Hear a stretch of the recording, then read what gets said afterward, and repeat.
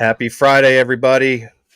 Welcome back for another week of Bioactive Live Q&A, where we're trying to connect with the regenerative and bioactive people. Get your questions answered in real time with some people that are smarter than us, even. And this week, we have a really special guest. My name's Mark, of course. I'm here hosting as usual, MI Beneficials. As always, I have Brian from Rubber Ducky Isopods and Kevin from OK Calyx.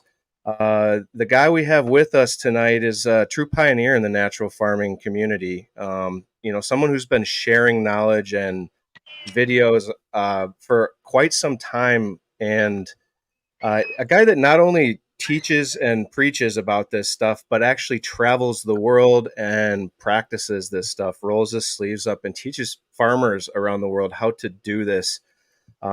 And it's really is an honor to have you here tonight. So with no further ado, welcome to the show, Chris Trump. Hey, thanks for having me. Good to Yeah. see you guys. And Q&A is a fun format for hearing what people really want to know. And yeah, I'll love hanging out doing this. So thanks for having me. And this is also a father of five, right, Chris? That is true.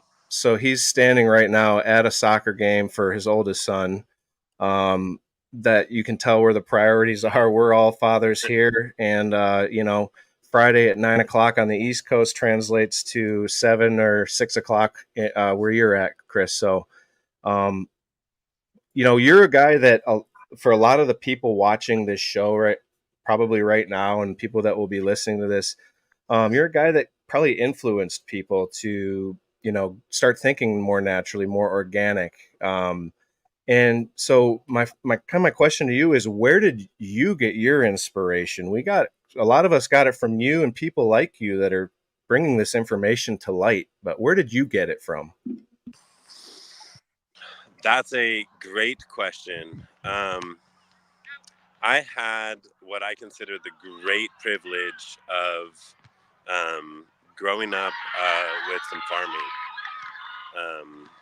So I grew up, we farmed cattle and sheep, pigs and chickens. We tried our hand at eggplant and pineapple. My dad was doing all that as I grew up. I got to have my hands in the dirt and spray down the pig pen and get covered in mud. I got to learn from some Hawaiian cowboys how to castrate and brand and rope. I'm really grateful for that. Not a lot of people get to live farm life. And I got to live farm life. And in that journey, my dad was a first generation farmer. So he asked questions and valued people with more knowledge than him. He didn't have a whole lot of pride or ego in that. He was pretty much a learner while I was growing up, and he always would invite me into that conversation. If there was an expert kicking tires and talking about our nutrition in our trees. 30 years ago, we started farming macadamia nuts. So yeah, there was people more knowledgeable than us. And he invited me into those conversations. And a lot of it didn't make sense when I was a kid. I wasn't hyper interested in, every conversation, but some of it sunk in. And so, yeah, I think it was really getting to be in some of those conversations and hear about how important some of these details were. As a kid, you don't think about the details of nutrition. But then you have two adults, spending a lot of time and energy talking about it. And, oh, wow, I guess this is important. That I think that set maybe the foundation for me, that there was a lot of questions. There's a lot of things to know. And yeah. And then later, I got to study one of my professors. I would say was a big influence. The biggest influence, though, by far, was after college. I decided I wasn't interested. I was designing clothes. I dressed Bill Murray and Leon Panetta, and it was like a ultra high end fashion thing. I was like, this isn't for me. And I went back and I started helping my dad manage the farm. And that point when, wow, it's not working, or this is, we got this issue. That's when I needed answers, and it was necessity was the mother of learning. In that I had to know things that I didn't know, and I had a lot of grace in that. I had some pretty cool opportunities as I'm asking the question. So I can talk more about that, but I just How spoke. did the professor influence you, Chris? How did the professor influence you? You know, it was a wild, interesting journey where we looked. I mean, it was like looking with a telescope, at the stars, but we were looking backwards, 2, 3,000, 4,000 years, at the tidbits of agricultural information we found in the oldest of literature, or hints from Egypt, or all these crazy tidbits, and looking into history at the agricultural world, but also most specifically the microbiological world. And that I got to look at things that were true 3,000, 4,000 years ago, and evidence of microbiological understanding and or influence on human life, just like it has now, and how central that is to the human experience and to nature, um, and realizing that no matter who you are, um, Native American walking the coasts of California, pre Spaniard influence, or Hebrew people wandering in the desert by Sinai, microbiology and the life going on in the soil and all around us is a huge part of your life, your gut included. So it really, what it did is kind of created a bedrock of importance for me, looking at agriculture, um, and realizing that for many, many generations, everything farmers did was in some part had to do with tending to the life of the soil, and then how we departed from that. All of a sudden, we don't have that as the core action. A lot of historical practices, things we did 3 generations ago, everything the farmer was doing was tending to the life of the soil, and then all of a sudden that stopped. And so it kind of, I guess, ended up being a big kind of loud void in the whole of agriculture. We were conventional farm for the most part when I started, and there was this big void, like we don't do any of this anymore. And I wouldn't have had that understanding that there was a blank space. We call it in art, you call it the negative space. It's this huge important aspect of any painting or rendering, is the negative space. And the negative space for me became, well, what are the microbes doing? um, and so I'm asking this. I was looking at crop diversification for our farm because macadamia nut wasn't going so well. Our trees were suffering, and designed commercial aquaponics. And anybody that's played with and built a commercial aquaponics, anybody who's played with that knows that it lives and dies on microbes. And so I started getting that kind of everyday being confronted with, the impact of, the balance and what's happening microbially. And then, and then about that time, I got to learn from Master Cho and Elaine Ingham, within 1 year of each other. And that was kind of the linchpin for me. After So, that, you couldn't tell me that wasn't the most important thing. and it's what are the microbes doing, and one of the most fascinating things that I've heard recently was a conversation between you and Matt Powers about IPMO.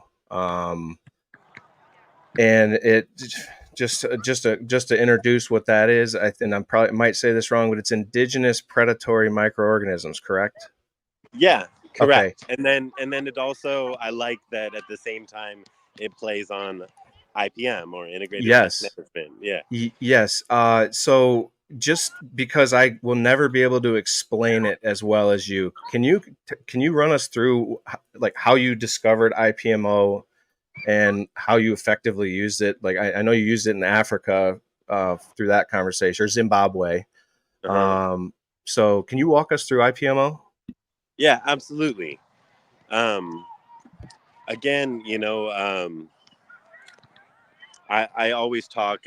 Brian studied with me. We did time in microbes some years back, uh, and I always he might remember. I'm always talking about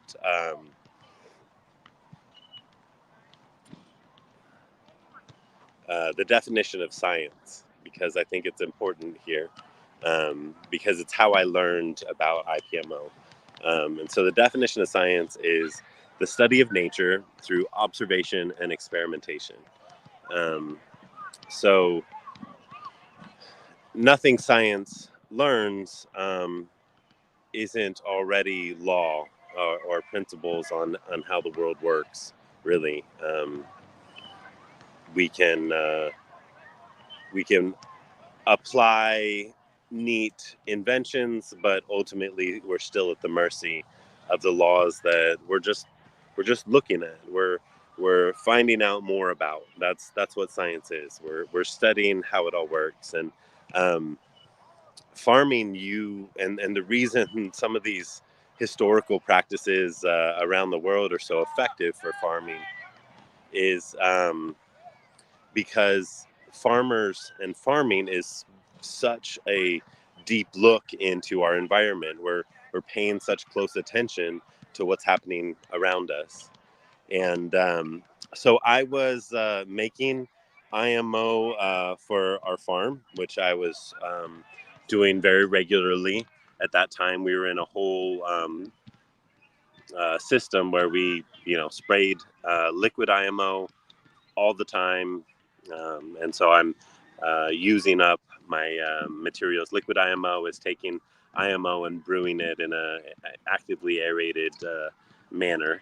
And I was running out, so I had to make some more. I went to my feedstock, my material that I was making it on, and it had a bunch of weevils in it, which I was like, oh no, it's gone bad. But I'm like, you know what? It's going to take me 2 weeks to get more of this material. I need it now. How bad really are weevils? So I was like, whatever. Made my IMO. I had all this IMO2 from the mountains, all these different places, a bunch of different inoculum, and then I had this material full of weevils, rice bran and macadamia nut shell and kernel, and so I started making it. Everything's going as I would expect normally happens. Bunch of fungi is produced, but there was something interesting in that there was a fungi of a different color blooming in a perfect sphere, these little puff balls throughout the process. And I was like, that's interesting. Never seen that before. Start looking at it, poking at it, observing. and at the center of each puffball is a weevil. It's like, oh, super interesting. Really busy. I'm managing our farm. I have a lot on my plate, and so I didn't stop. I just said, that's cool. Went on, made liquid IMO, sprayed it on 20 acres, um, you know, and the next day I'm out there. As a good farmer, I'm observing how my plants reacted to my spray. This is really important, basic farming, but I get out there, and on the tree, in the nook of a tree, is one of those little white puffballs that I was seeing in my IMO3. And for me, at that moment, I was like, oh. And I had, a week-long deep dive into research on who are the predators of beetles and how does this all work.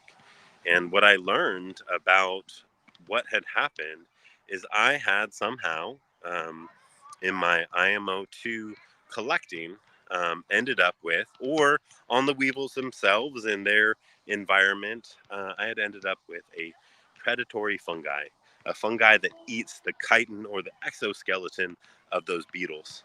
Um, Weevil is a little beetle, and the green stink bug that I saw in my tree covered in fungi was also a beetle. Um, and so there's these predatory fungi that eat that specific protein made in exoskeletons of creatures. And I had created or cultivated an environment where they could multiply. And then in spraying them out over 20 acres, I had now inoculated my orchard with this beneficial, for me, um, uh, microbial community. And so I was pretty stoked. And at the same time, I'm like, well, I don't have to do anything. There was nothing more for me to do to make use of this technology. I had a 200 pounds of it ready to go into tea and go out on my farm. I'm like, I'm good. That's great. We have passively created a pressure on our prime, um, our prime pest for our crop. Our crop, macadamia nuts, the premier or worst crop or pest we've ever had, has been green stink bug. We had almost were out of business years ago. Before I was managing with, I was off at school. We had an 80% crop failure due to stink bug. So to have this thing we're already doing that's creating drastic change in the health of our trees and really helping our farm be able to afford enough nutrition to make this all work at the same time without spending a dollar more, I am now creating or having passive pressure on my pests. I was stoked. So I put that away in my pocket, and I didn't pull it out again until my friend Steve Reisner had a problem in Zimbabwe with locusts. They were the whole farm. He was on like a 700-acre farm, and he was running a 100-acre hemp project. And he's like, "Hey, the this year the grasshoppers are killing everything. The farm edge of the farm is starting to get devastated. We're gonna get wiped out. Do you have anything for this?" And I said, well, no, nothing I learned from Master Cho, but this one thing did happen, and I talked him through it. He did it, and he had 100% kill. Um, every farm around him on his project still got devastated with locusts. His hemp project had zero problems, and he had observable predation by fungi in this project. So he's now trialed it in a bunch of different places in the world. I've played with it a bunch of different places, and it's become pretty much standard operating procedure for a bunch of these canna farmers, as well as it's easy. And so I could tell you how we do it now. It's a little different than how I first did it, but yeah. Yeah. How do you do it now? So I just take insects, ideally, if you can get your pest, that's best. So your local things you're dealing with, that's the primo that you can use. But you can use insect frass. I mean, I bet Brian's got some byproduct from his stuff over there making isopods that you could use. But you can use insect kind of leavings from insect production, and you put it in the rice when you put the rice out in the forest, so that those predatory insect fungi have something to eat in the rice. And so we do that. And then you can also add insect frass to the IMO 3 stage. So just some, and you don't need a lot. What you can do, what people do is they overload, and it creates this really nasty, super nitrogen rich material, because insect frass has a lot of proteins in it too from the pieces of the bodies of the insects. So you don't, less is more in this context. You don't need a ton of that material, because you don't want to turn it into some, super high nitrogen, stinky kind of manure material. That would be, that would hinder everything. So a light dose of carapace for a food source for that one part of the whole ecosystem. And really that's what it is. We're just increasing diversity by increasing, bringing in the food source of one other type of fungi. It's a beautiful night. So ideally, you're grabbing literal live pests from your plants, in your region, and then you're putting them into that inoculation. And I don't know if people are grasping the magnitude of what he's saying, because there's a lot of pests out there that there is no answer to, and then there's like a vacuum of information even online. Yeah.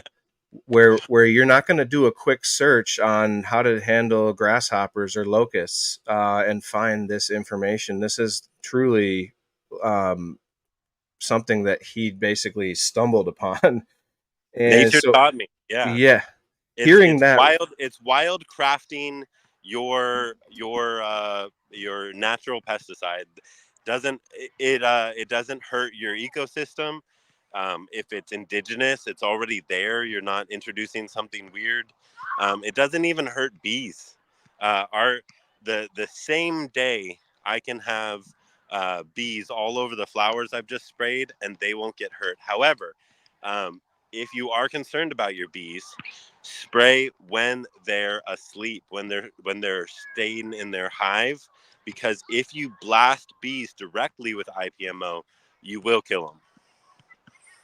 So if you have like a liquid foliar and you just blast them full on, you can get them so coated that they can't clean themselves, and they can get predated or eaten by fungi, because they have carapace too.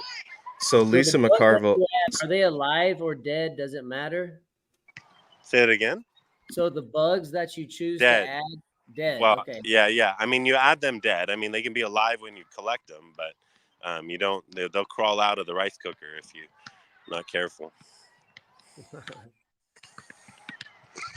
have you so is there a limitation on this that you found, or is it really pretty much like as long as it's pest specific, like IPMO,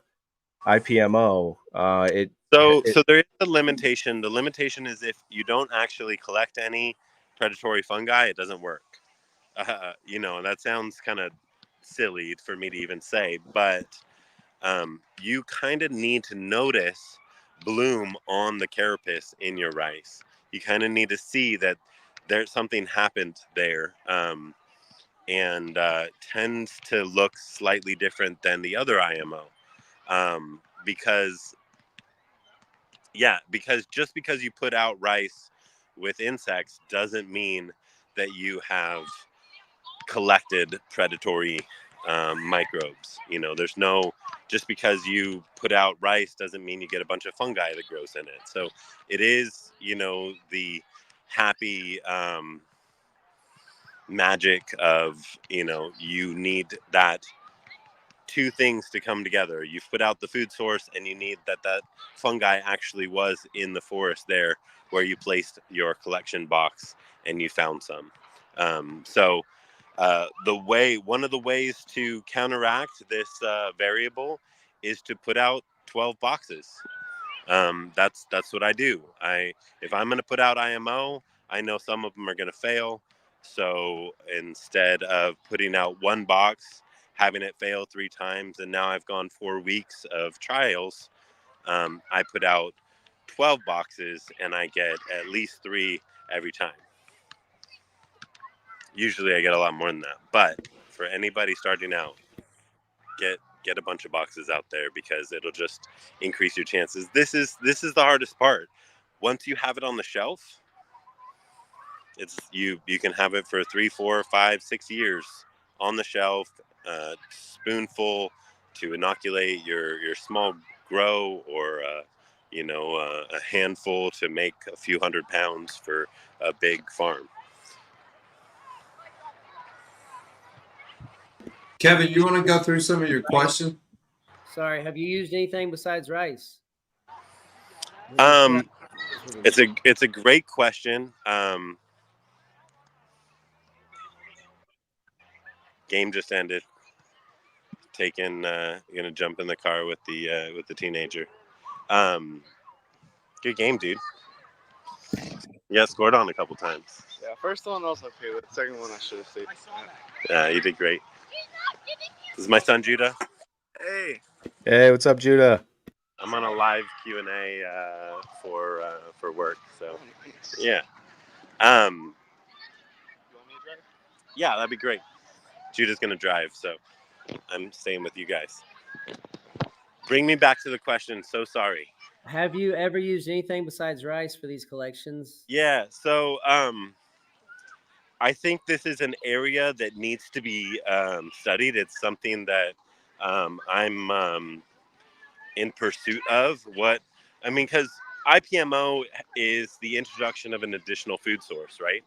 And because of that, really amazing results in cultivating another type of fungi.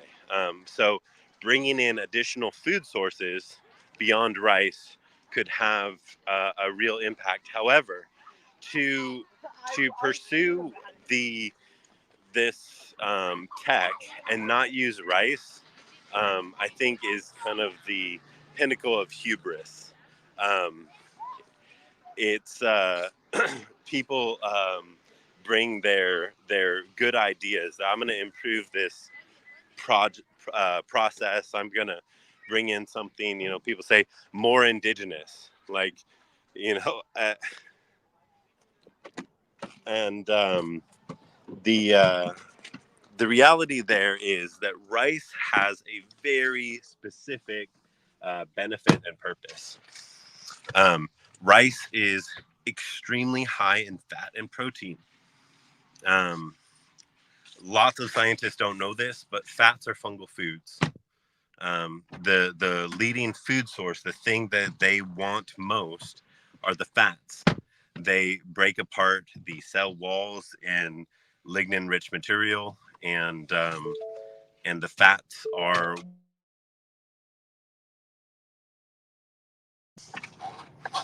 He just connected to the car.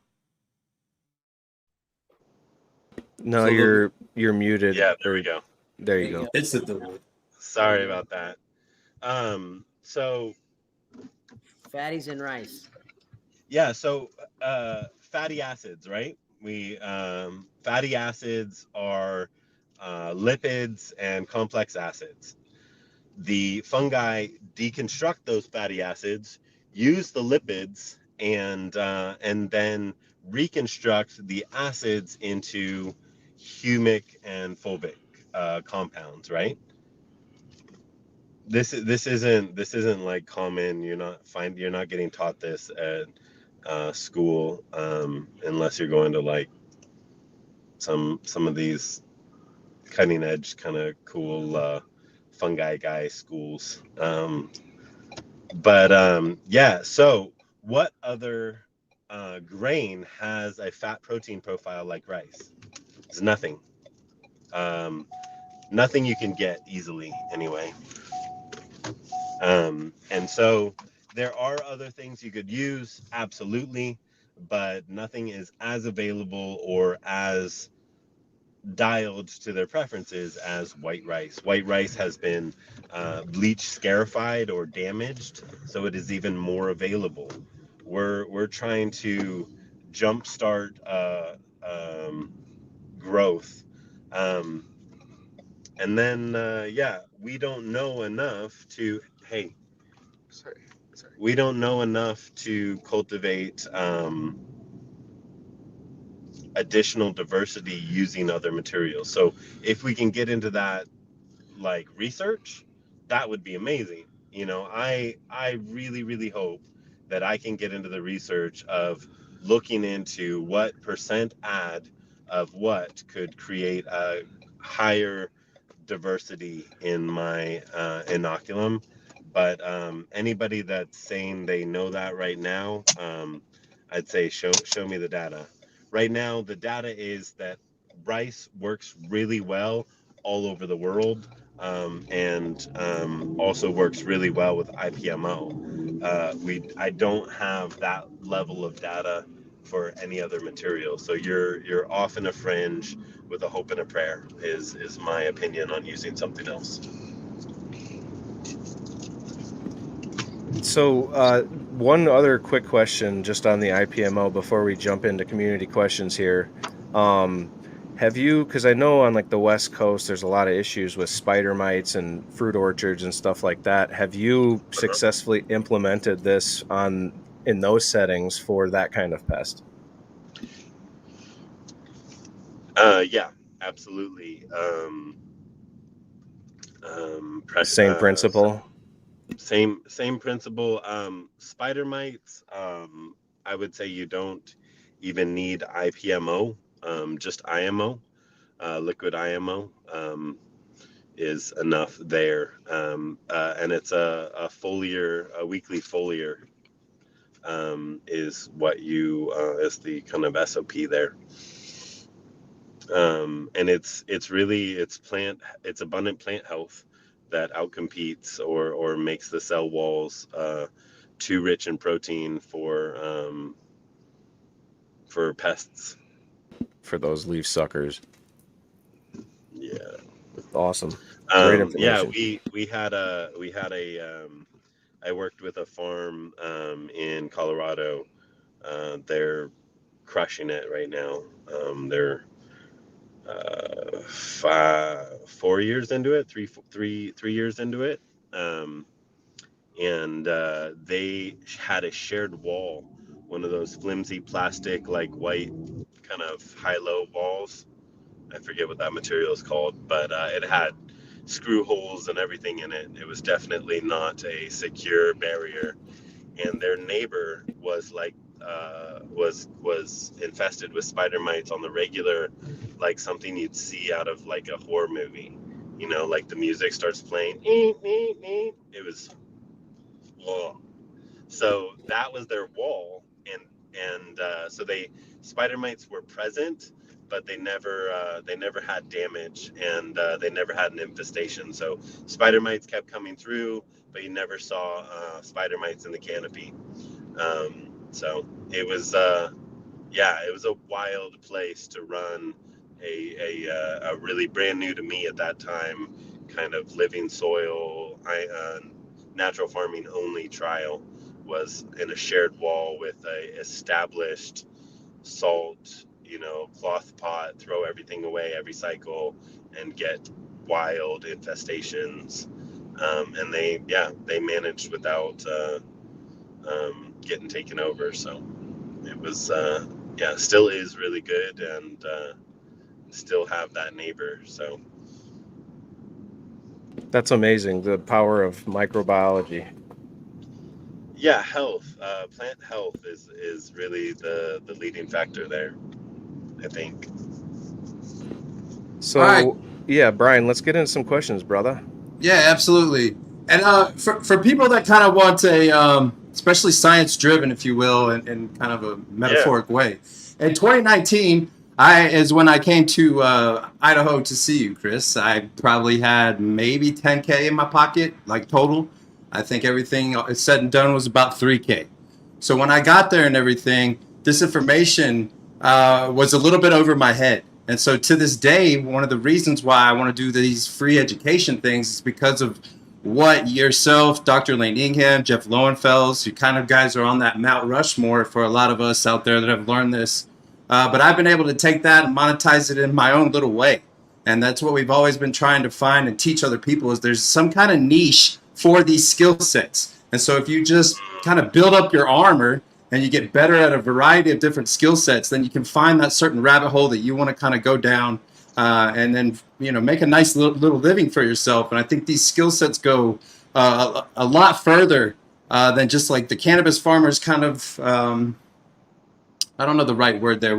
We almost take for granted that the information that we have compared to even some of the more elite flower, like plant farmers, food farmers, that kind of stuff. And then in the reptile space, it's a whole new world over there. So just wanted to put it out there that in the early days, man, there wasn't too many that were teaching this, and you were one of those that were. All right, so first one is to Lisa. She reached out. She definitely wanted to even know about the IPMO, which is extremely popular, especially with Mr. Powers. Will it work on dead pests too? That's what she was talking about. Will it work on dead pests too? Yes. So I think what she's asking is, can I use the dead carcasses of my material to make IMO with, or of my pest to make IMO with? Absolutely, Lisa. You can use the dead carcasses, collect all of them. You can also look up some really simple like sweet wine or beer traps for a lot of pests. There's really simple things where you put a little dish or a bottle, 2 liter with a hole in it of some beer or rice wine, and the pests will go in and they'll try and drink from that sweet ferment and then drown, and you can just strain that out and you have a bunch of your dead pests. Excellent. That was good. That was awesome. Yeah. Yeah. Next one, shout out to Rick. If using plants to detoxify soil, what's best used for the plant matter afterwards? Good question. And I'm of the opinion. Sorry, it's a great question, and I think using plants to detoxify soil is a common practice. I think what is far better to detoxify soil is to increase the total fungi in your soil. Get those fungi numbers up. Use IMO. Use fungal foods. Spray humic acid and bring in wood chips, and just create fungal environments, and you can sequester a ton of the toxins in fungal bodies. They will bring it into their bodies and hold it, and so it becomes non-plant available. So then you can use whatever that plant is you're using for detoxification and test that leaf, and you might be getting no uptake because of the fungi. This is ongoing to be researched, but some really great data so far on how fast fungi can sequester heavy metals and other toxins in their environment. But a good thing to do with the plant material, you can stockpile it and do static composting. It really depends on how toxic the plants are. If the plants have taken up everything and it seems really gnarly, then that might be something to go stick in some long-term pile. 10 years from now, if you expand your farm this far, then you'll get to this pile over here, and should be broken down. Depends what you're sequestering to, what the half-life is, how long it lasts. Sorry, that's a big question with a few variables. But yeah, you if it has sequestered a ton of toxins, then you want to beware of using it at all in compost or on your farm. If it was really effective at picking up a bunch of nasty stuff, then the best is the trash removal services. Get it in a bin and get it to the dump, where it can sit there with plastics and break down over 100 years. Excellent answer. Sorry, I don't have a better answer. Yeah. Okay. Well, and next week we have Kwatama Kavia coming on. He's a soil remediation guy, and he uses heavily paramagnetic bokashi and paramagnetic biochar and bokashi. So we can get deeper into that next week too, for sure. Yeah, the best is fungi. You want to sequester junk, get the fungi going. Next question is from Old Time Rock and Roll. What inputs would you recommend for a small home grower to make with 4 to 8 plants growing in a city without resources to go full KNF or Jadam? Using living soil in a small bed and 10 to 20 gallon, I would imagine, fabric pots. I would highly recommend, if you can just feed your soil with some basic compost, so top dress. You can make it in your house even, or garage. So that video I have on how to make a worm bin, I called it Trump Tower, is great. If you just, or even bokashi, some of your food scraps, that would be great. And then I would recommend Maintenance Solution and FAA and WCA, all really easy to make. I sell them on my website. I think my stock is low right now on some things, but Maintenance Solution is OHN, FPJ, and brown rice vinegar, and it's something you can use every week, and it's just going to help your total production, total plant health. Think of it as your daily vitamin plus snacks for your plants. They're going to be fed enough. They can live off of Maintenance Solution weekly, even if the soil's missing a little bit. So, and then if you want to boost yield, you use fish amino acid in veg, and calcium is in flour. You can use a little fish amino acid if you need, but not too far into flour, just because of the oils. You don't want them mingling. So those are pretty easy. You can buy them from a local KNFer, and it's really just something that goes in a spray bottle, and you can spritz your plants once a week. Other than that, some sort of soil conditioner. So you want some life in there. If you can't do anything, you could do JMS. Anybody can do JMS. It's easy enough. It doesn't have much fungi. So if you can top dress with some leaf litter or something, that'd be great. Good question. All right, next one is from David. Have you ever used predator insects? I have used predatory insects. Same, that giant grow down in Colorado. It was kind of, we saw all the bugs next door, and we went all out with predatory insects. I think there is a huge benefit to that, or there can be, provided you use the right insects. Suzanne Wainwright is a great resource for what are the right insects for your scenario. I just caution the use of any one thing too much. Like ladybugs, for example, are great, but they will go ballistic in a good environment and grow like crazy. And now your problem is that you have a bunch of ladybug insect parts all in your flower. It's just covered in broken down dead insects. And so now, even though they're beneficial, their dead bodies on your flower is not beneficial. So just, caution on using too much. This one's from Stone Mason.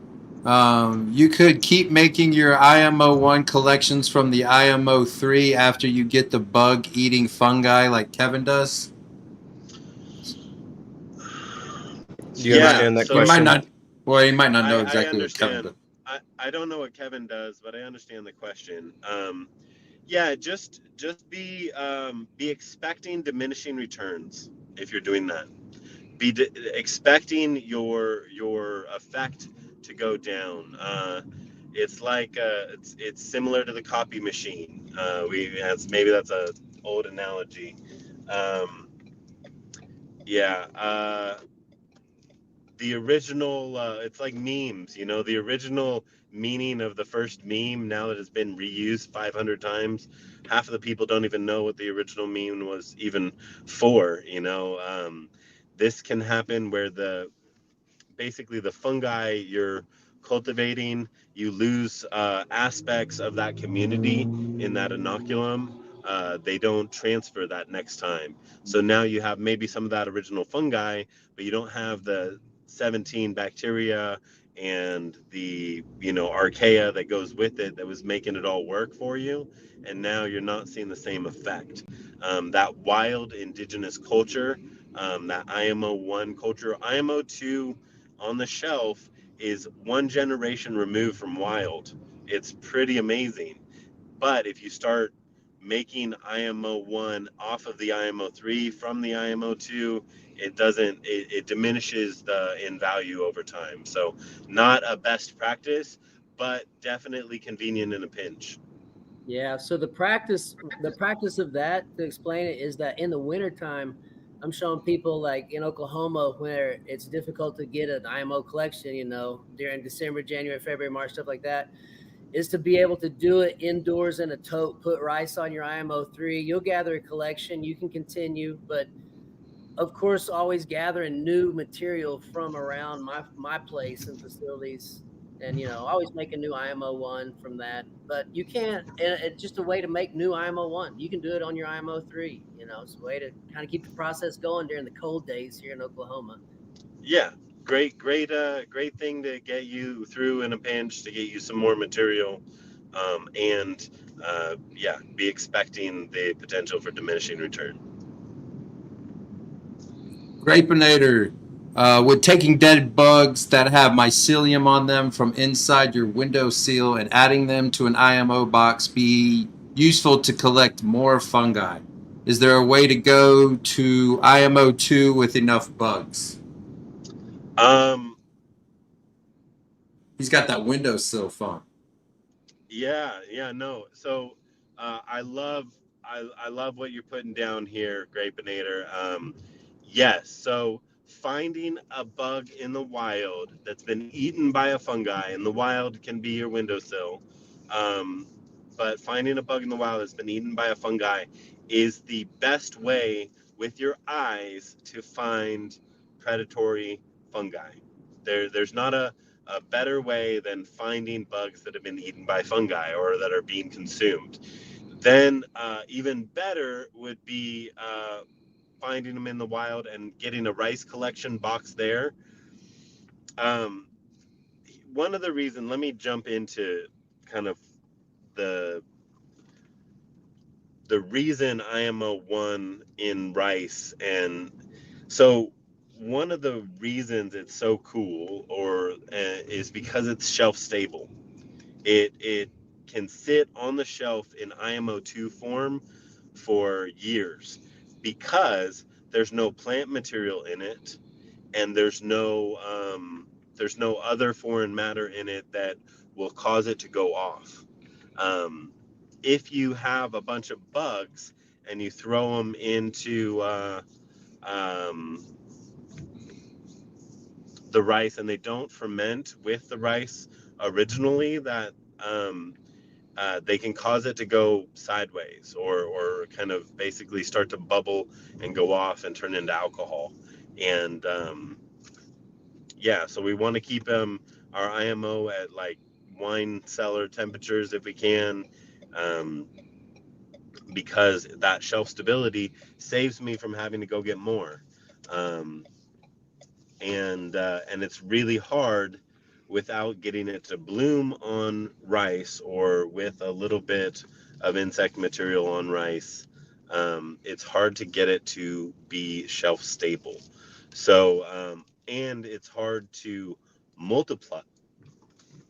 So, yes, absolutely, you can collect those fuzzy bugs that you find, and that is a good sign that you just found a predatory insect. Go ahead and turn it off. You guys hear me all right? Yep, still got you. Still got you. Can you hear me now? Yep. Yes, sir. So yeah, I really like that question. I think there's more to discover there. Also, you can send a bug down to what's that university that's taking bugs from people? It's not Michigan, is it? No, it's sorry, it'll come to me in a minute. But yeah, the problem is, so say you have that amazing bloom in your windowsill, Mr. Grapinator. How do you get that to multiply in solution? One of the ways is you could take that handful of bugs and you could put it in a brew bag and make some liquid IMO, make some tea. But otherwise, it's really hard to get enough of that because your bug's this big, right? It's hard to get enough of that to cover everything and create some sort of web of defense. That said, if it's growing in your windowsill, it's probably going to grow in your grow room or at least stay around. And so getting it established even once can leave a lasting benefit of protection. I'm gonna be looking for fuzzy bugs all the time now. Heck yeah. Send them to me. I'll send you back some IMO with it. Hey, were you talking about the Land Institute down there in Kansas No, City? no. They were collecting It's, a lot of weird bugs down there when I was. All right, no, Green they're- Table Gardens. If you have right. already made the wetting agent, can I add herbal extracts such as rosemary, thyme, sage oils I have made, or could I add those oils to my OHN?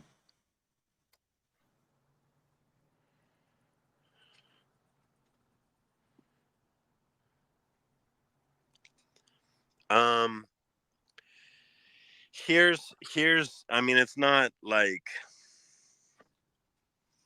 I am I'm a huge proponent of innovation, um, but sometimes when you want to change the recipe, all you're going to get from your change is a diminishing of the original power. And so Green Table Gardens, I would just caution you, yes, with the wetting agent, you could combine any pesticide or germicide to the wetting agent and it'll cause it to stick to your leaves. Whether or not you want some sage oil sticking to your leaves and being the thing that's sticking around, if that's actually going to help you, thyme oil, I don't know. I couldn't speak to those things. I know that Jadam's pesticidal suite is one of the best natural pesticidal suites in the world. There's nothing. There's not a whole lot that compares. So making herbal solution like they teach, it's a great and effective tool. Their wetting agent, great and effective tool. Thyme oil, to hell if I know. So good luck. You're off in experiment land and it might kill everything and it might cause it all to suck. And last bit of your question, definitely don't change the OHN recipe. OHN should never have been changed. I would, if I felt like making another OHN video, take out that turmeric bit. It's not the best thing to add. Oh, how about that? The next one is from Mark Nelson. Could you add insect, I think he means obviously, frass to labs? I just made a batch of labs ready to go.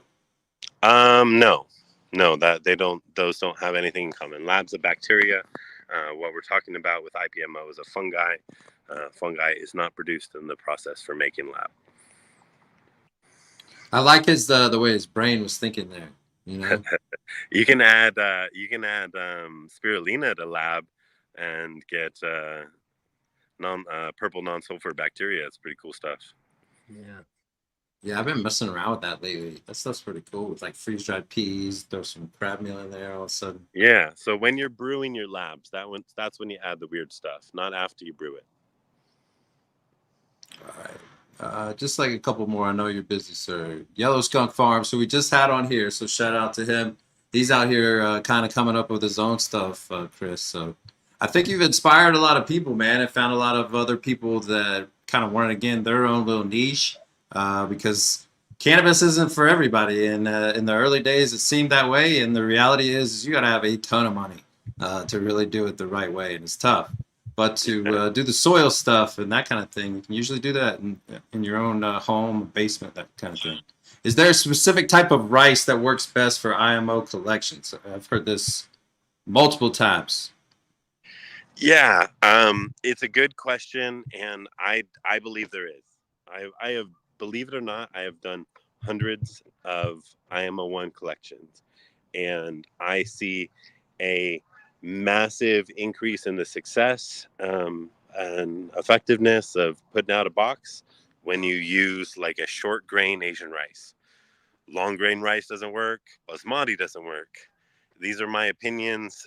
Prove me wrong, but there's not a whole lot of people that done as many of those as I have, and I have tried long grain. I have tried all the rices because I land in these places.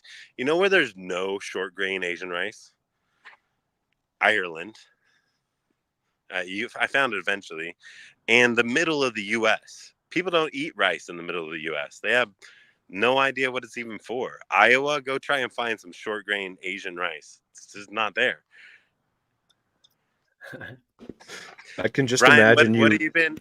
have you been messing with the labs? What have you been throwing peas in, finding some cool things? Yeah, spirulina, just kind of playing around with coral calciums. I remember in the early days, man, you were teaching like really go with your nose. And so you would, to this day, man, you made the whole like class basically come up and smell all this like disgusting shit. But you never forget that. And so that was something that I really, I guess, took away from that week-long course with you is that I want to make the stuff that doesn't smell for me and for my wife and my children. It seems to be working out pretty well. And then that's why we have Kevin on the show because he also dabbles in all this stuff, but he doesn't mind the stinky. And his wife obviously loves him more than my wife does because she doesn't mind it either. All right, so Kevin has a question for you personally, so I want to leave that for you, Kevin. I want to do this last one here, and then Mark, if you want to kind of behind the scenes get ready for the giveaway part, and then Chris, we could let you go. I know you're super busy, brother. So from I can't even say that one. He's a gentleman from IG. How can I take my plants out of shock after being overgrown as clones?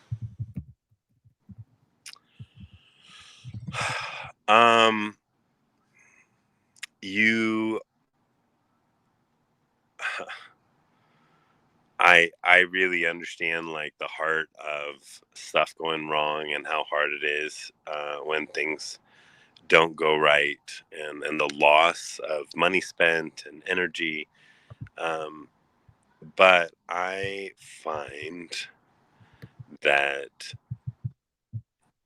in life and very much in farming that when something goes wrong, the energy it takes to try and coax that thing back to right and get then down the road to best is energy that's best spent walking to the trash can and going and getting some new clones. That is great advice. Yeah, I would add because I have fucked up my share of plants in my life. That the kelp sprays, the kind of like using that, and the fulvic acid specifically from Bioactive. Obviously, I don't have anything to do with that company, but that is kind of like an ace in the back pocket. There's something special about feeding that. But like Chris said, I think a lot of the time, especially how easy it is to get the plants these days and the genetics these days, you just kind of roll with it and start over. Yeah, don't get me wrong. Like you said, Brian, there's definitely things you can do, but I've watched this all happen a bunch of times. I've been able to be around some really great growers, and I'm just kind of giving back the experience I have, limited as it is, and the wisdom from some people that I think are pretty good at it. And yeah, you're better off starting over. But maintenance solution and FAA, if you're trying to continue that veg to make it nice and pretty. Kevin, I got your question here. I'm gonna pull it up for you. And, All right, Chris, I'm going to ask you this question. It's based on a podcast I listened to a while back, and here it is: based on cleanliness practices found in Leviticus. I was wondering if there are any inputs that use cedarwood. Now, you already dealt with this one. Could cedar bark be used as an OHN ingredient? You said don't change that just a minute ago, but could it be part of an IPM spray? That's a great question. But you got to understand why cedar was used and what start trying to add it to other things. Cedar is amazing, and cedar grit is amazing. So in studying the annals of history and how they used um, microbes and interacted with them, in the Levitical law, they got this prescription to use hyssop, which is, I got a posse coming out to get me. Hi. I'm on a call. Can you all walk away now? Thanks. Hyssop was used, and it's a plant, so the material of hyssop was used, and cedar grit, kind of the basically sawdust from building with cedar, because they built a bunch with cedar, and so those combined with running water. This is some 2000 BC. Those three things come together to form our current scrub-in practices for our surgeons. We were blacklisting and disbarring, getting rid of doctors for suggesting we wash our hands back in the 1800s. But 2000 BC, these people in the desert on a camping trip are using cedar. And the reason they use cedar is if you're on a camping trip and everything's dirty, cedar is so high in carbon, low in nitrogen, and with a little bit of analgesic oil. I think that's the word. Maybe it's the wrong word. But it's going to have no bacteria on it. Bacteria can do nothing with it. They don't thrive on it. So think of it as a self-sterilizing material. It's a material that stays clean of bacteria, and only the biggest fungi can do stuff with it. And we know the biggest fungi are beneficial. So it's basically a material that, even though you're on a camping trip and everything's covered in bacteria, this stuff you scrub your hands with, you're not introducing any more bacteria. So it's really, and so what we do use cedar for is for making our boxes for IMO, because it's this blank slate. It's going to be kind of void of inoculating our rice with anything, even if we didn't clean it the best when we put it away last time. But yeah, I would not add any cedar to any recipes, probably. Real quick, Chris, I know you're up to some other stuff now. I see you have a different company. Over it's like 5 years, I guess, since we really spoke like this. What have you been up to, and promote? Yeah, I have come to believe that I don't want to do much of anything alone anymore. So I am slowly, but it takes really more resource and more expertise than I have. So that's the slow bit, because I am slowly inviting and preparing to invite community-run work. That's the whole vision for biomei, is that biomei is a place for people like you, Brian, that know natural farming, want to fill a role or benefit some from a niche in the umbrella.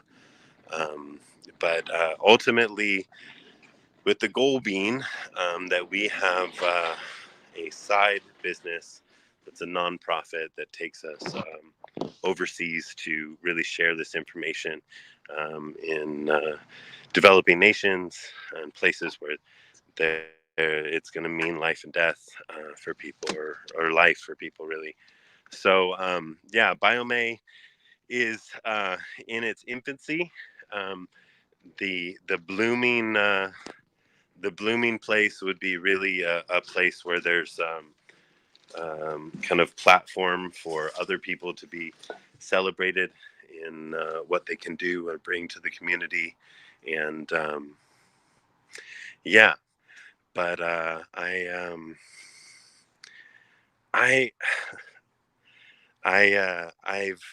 taught a lot and tried to raise up teachers. I put a lot of energy into teaching teachers. You've seen that, Brian, that free soil smith. You can come back to the class and co-teach, without cost.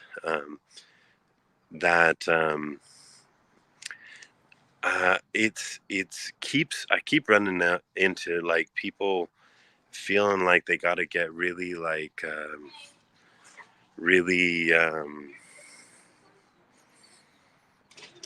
confrontationally or competitive. I don't like stop anybody from teaching. I don't put any like caps on. I mean, you can vouch for that. I tell people, go share this information. I'm not the police. I'm not trying to tell people what to do with the information.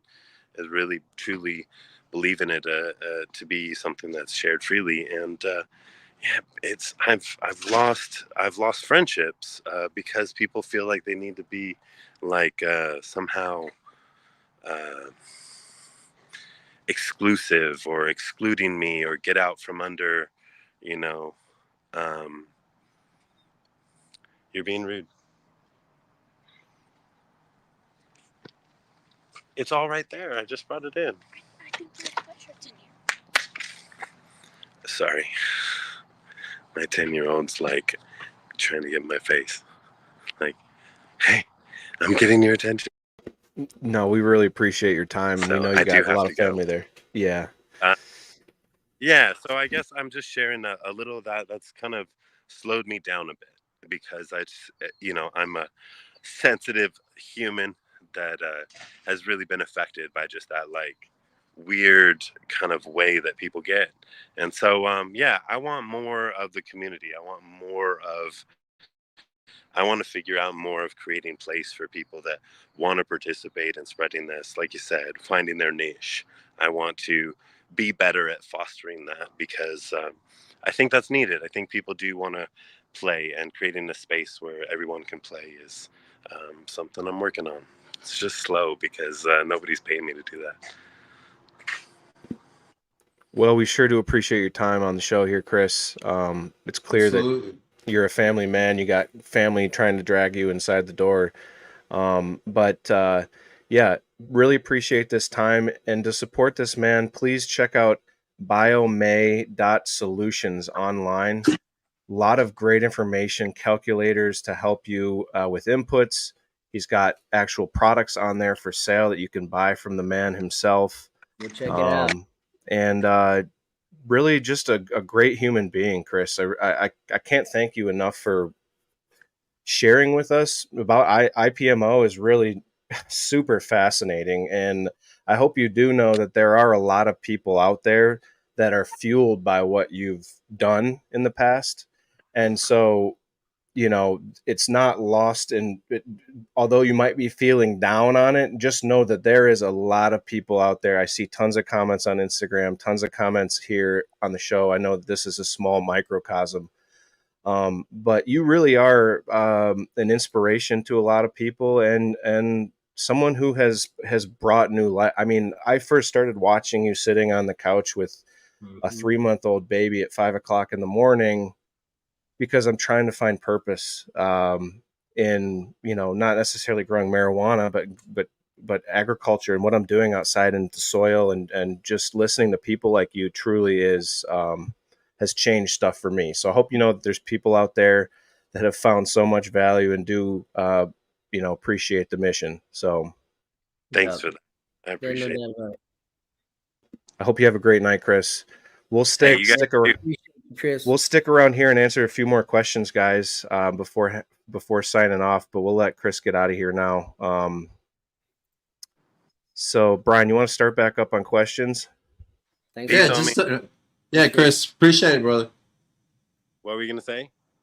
Oh, I just appreciate it, man. And I know you were kind of like sharing a lot of stuff. I've seen exactly what you're talking about. And I think a lot of people that have seen you over the years, and a lot of people watch the replay of this, will know exactly what you're talking about, man. So it didn't fall on deaf ears. You don't have to go into real detail for us to know exactly what you're talking about. Yeah, Chris, I could sit here and talk for hours about how you have changed my life, man. I was in depression and anxiety. Natural farming is one of the things that got me out of that situation. You were part of that also. And so, man, you got to know you've changed people's lives. You changed my life with the teaching that you've given us, the encouragement that you give, the grace that you show. You know, you allow people to make mistakes and encourage people to mess up, because you get to start again. You get to do it again. No one's holding you to any goals. You just got to keep on trying. So you've changed all of our lives, dude. Go inside and have a good, happy heart and a peaceful mind. Hey, thank you for that. Really, really means a lot. I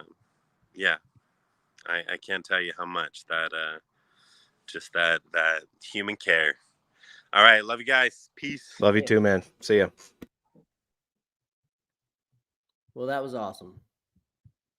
Yeah, and if you're new to what we're doing on this show, just think of whatever you're passionate about. The OG of that, we just had him on the show, and there's other people that I think are OG at that level, but from a K&F standpoint of that little rabbit hole, not necessarily like Dr. Lane Ingham, Jeff Lowenfels. I feel like those are also big mainstream highways, but Chris Trump is also on that mainstream highway in his little niche. And you got to hear from the man himself.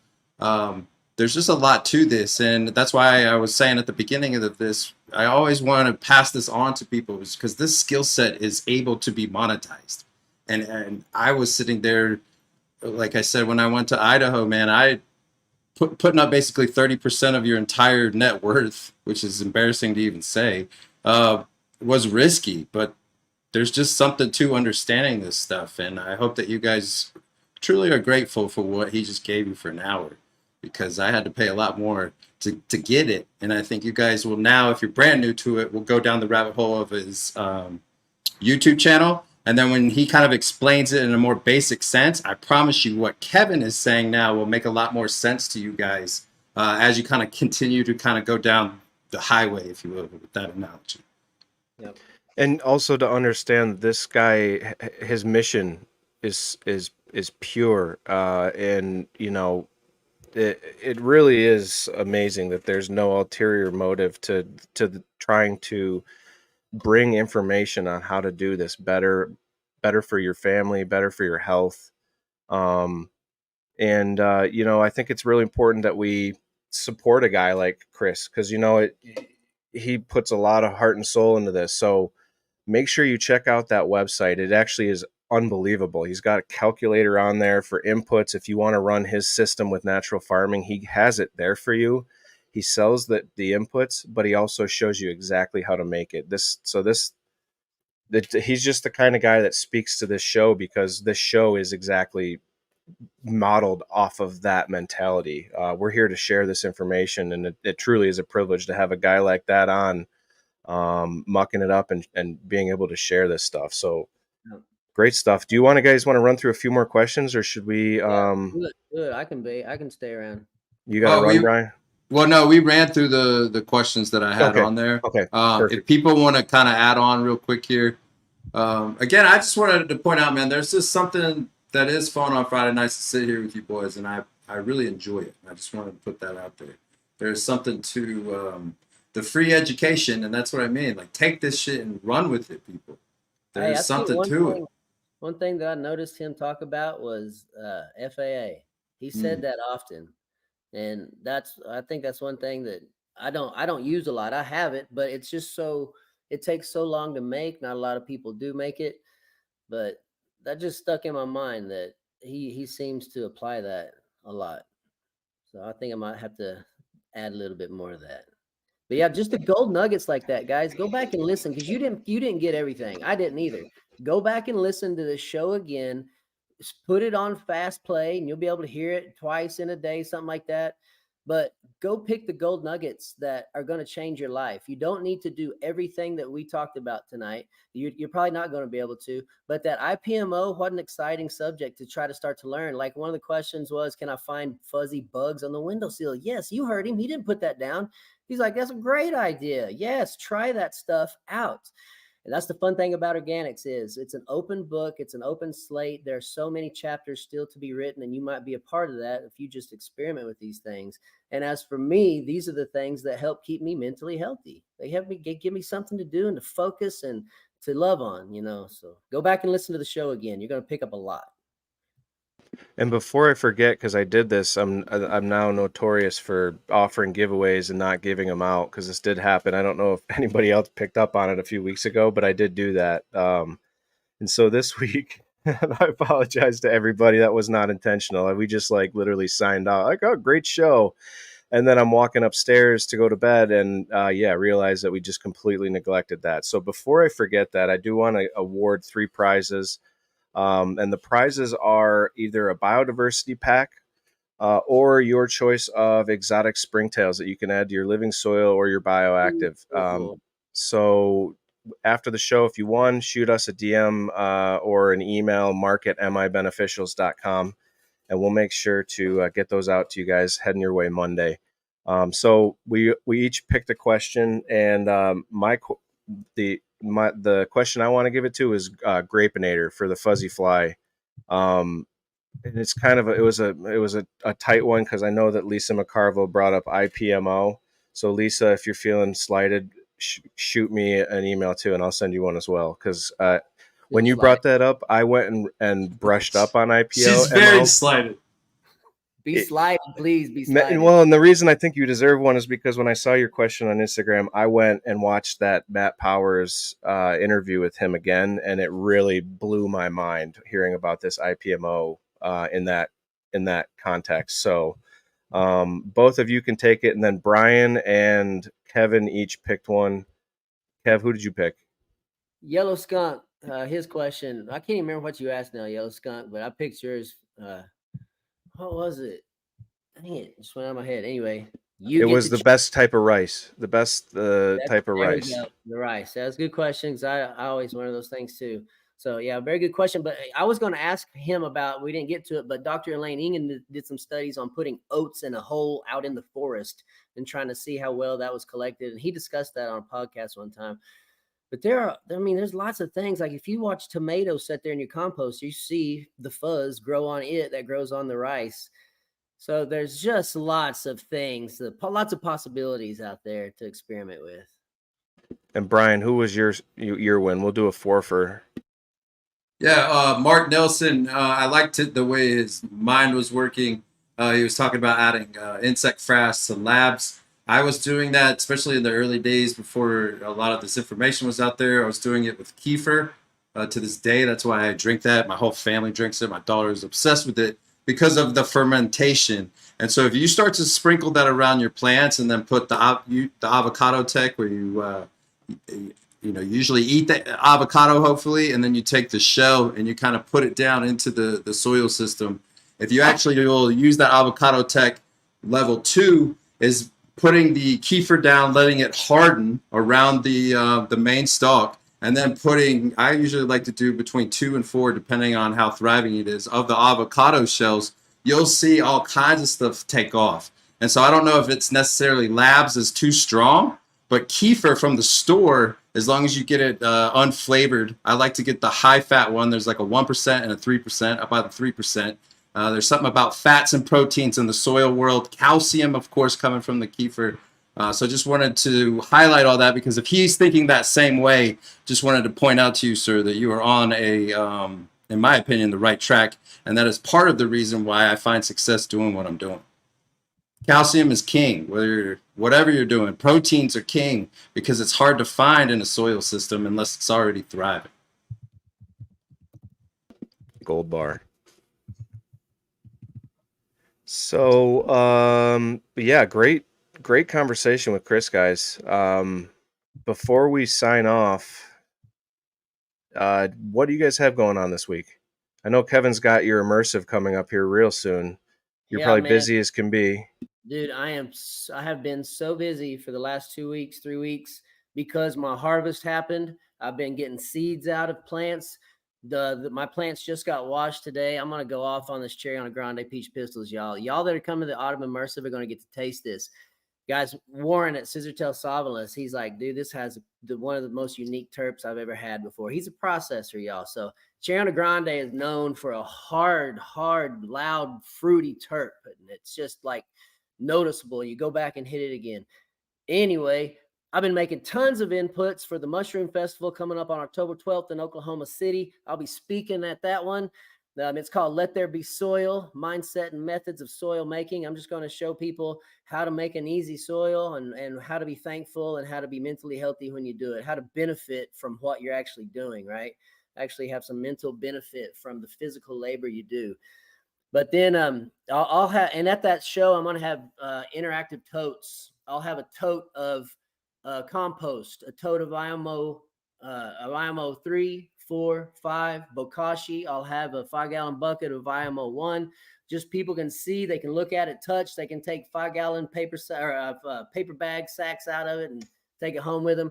But it's just to let everybody see and get an introduction to what soil is like. Because at this mushroom festival that last year, people would come by and they thought they could grow mushrooms in this stuff. And it was like, no, this is a whole different side. It's like gardening more. So this year, they're going to kind of understand a little bit more that I'm making soil. It's not for mushrooms to grow in, because, of course, that's the theme of the festival. But this year, they're trying to get people to understand there's more to growing mushrooms. There's more to growing cannabis. There's gardening. There's growing your own food. There's creating a homestead. There's creating no-till spots. There's all of that stuff that can be done.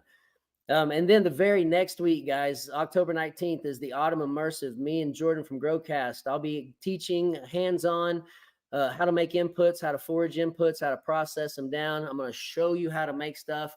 More importantly, guys, you're going to take home the most amazing goodie bag you will ever take home from any kind of class like this. I'll have to beat it next year, and I don't know how I'm going to do it. So remember, I just had my harvest of all of my seeds, man. I got FIMS, I got regs. I've been making tons of IMO 3, tons of bokashi. Everybody gets EM5, labs, and the list goes on. Fermented plant, horsetail, fermented plant extract. Got that going on right now.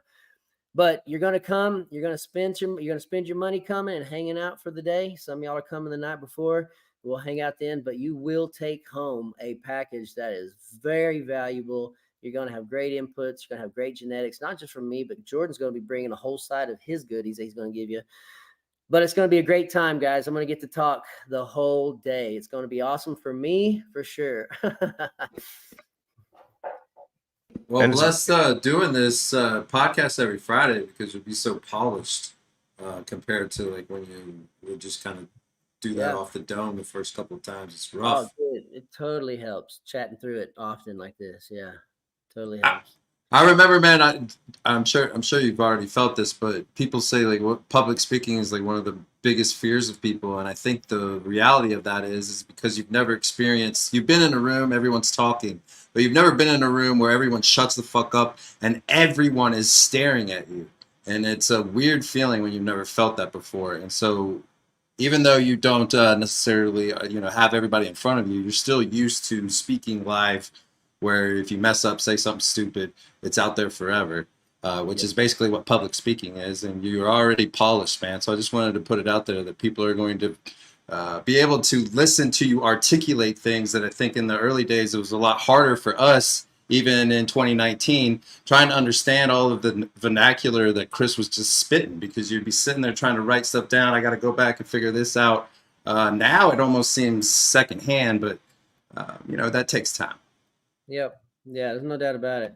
Hey, as a question, is Jordan going to be there finding keepers? Yes, Jordan is going to be there the whole time. And then another, my Blaze Cherries looks the best, but Grape Gushers Peach Pistol smells the best. Guys, I'm about to put on my website, okcalicshot.com, I'm about to have a whole new genetics list. I've gone almost 2 years of not updating and just growing out new genetics. And man, we have found some amazing terped out washers, because that's what the last run or the last breeding project was all about, washing, so that at Scissortail Solventless we could really come across some great hash rosin. But in probably about a week, guys, I'm going to have a whole new genetics list up. I'll have new packages and bundles of all kinds of stuff going on. So keep checking okcalicshop.com. It'll be up soon. Bry Guy, what you got going, brother? I got a bunch of shows starting to come up in October. A lot of things, you know, to prep for and that kind of thing. And again, just behind the scenes, just thankful for everybody that's supporting the online stuff. It's overwhelming, and I'm just so grateful for that, because it used to go from shipping every Tuesdays, and now it's Monday through Thursday. So there's quite a difference in that, and I'm grateful for kind of where everything is going, man. I hope that you guys see that. The Bioactive, from my stance when I go to these expos, it's like a little wave, man, and then there's like another little wave, and then another little wave. So I couldn't tell you if it's going to take another year, another 3 years, another 5 years, but I can tell you that when I was in 2019 learning about living soil, where I felt like maybe one of the earliest ones in that sense, in the reptile space, I'm saying the same stuff that I saw, these little ripples, except now the reptile space is small enough for everybody to save up their nickels and dimes and be able to self-fund a little venture for yourself. And that's why I screamed this from the mountaintops, because I was extremely afraid of how I was going to take care of my family in 2020. And I'm sure most people felt that way.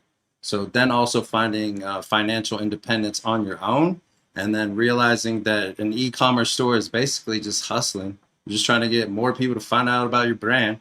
And it's easier said than done, but I think that's a lot easier, obviously, than what we used to call having to do the Pepto-Bismol, baby. When you meet up with strangers in a hotel room and you have no idea if this dude's going to jack you or not, e-commerce just looks a lot prettier.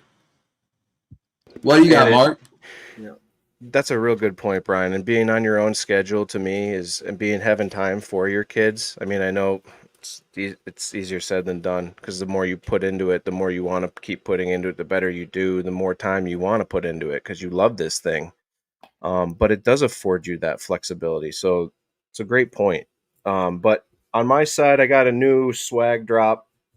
I got the Springtail hoodie.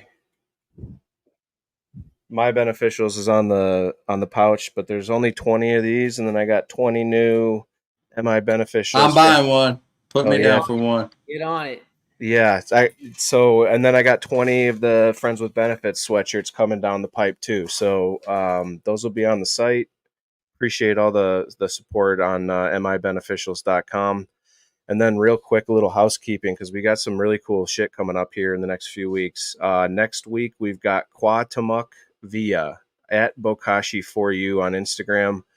And this is a guy that has been using Bokashi in special ways of preparing Bokashi and remediating land on a large scale, and not just land of any contaminants, petrocontaminants and stuff like that, with lab work to back it up. So that's been his work over the past years, and I'm really excited to talk to him about that. And paramagnetic biochar, whatever that is, I can't wait to learn about it, because it has a lot to do with bioremediation. I have no idea what that is. So I'm stoked for that one, because we are going to be learning a lot next week. And then that's like more like Rudolf Steiner, I think, for people that are maybe like what I was trying to think of the what's the actual name when you put the horn in the And Yeah, the soil biodynamics. biodynamic farming. Yeah, I think Yep. that's more of where that's coming from, and more of a metaphysical sense as well.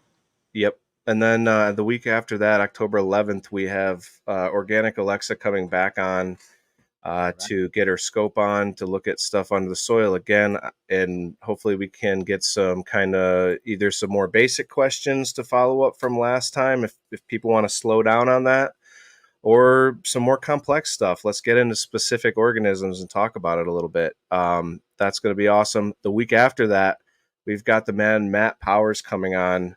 Uh, Not exactly sure what we're going to talk with him about yet, but it is going to be an amazing hour, and equally as valuable as this last hour, I'm sure.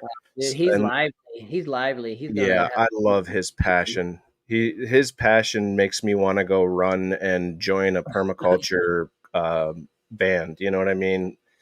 And then the following week after that, we've got Matthew Gates at Sync Angel on Instagram. He's coming on to talk about IPM, and he is an entomologist and scientist who works in cannabis. So he's going to be able to talk on pretty much anything we want to talk about when it comes to pests and pathogens. So that's going to be really cool.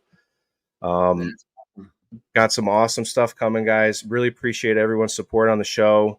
And we'll see you guys here next week, Friday, 9 p.m. As always, keep it bioactive, stay regenerative. Have a good night, everyone.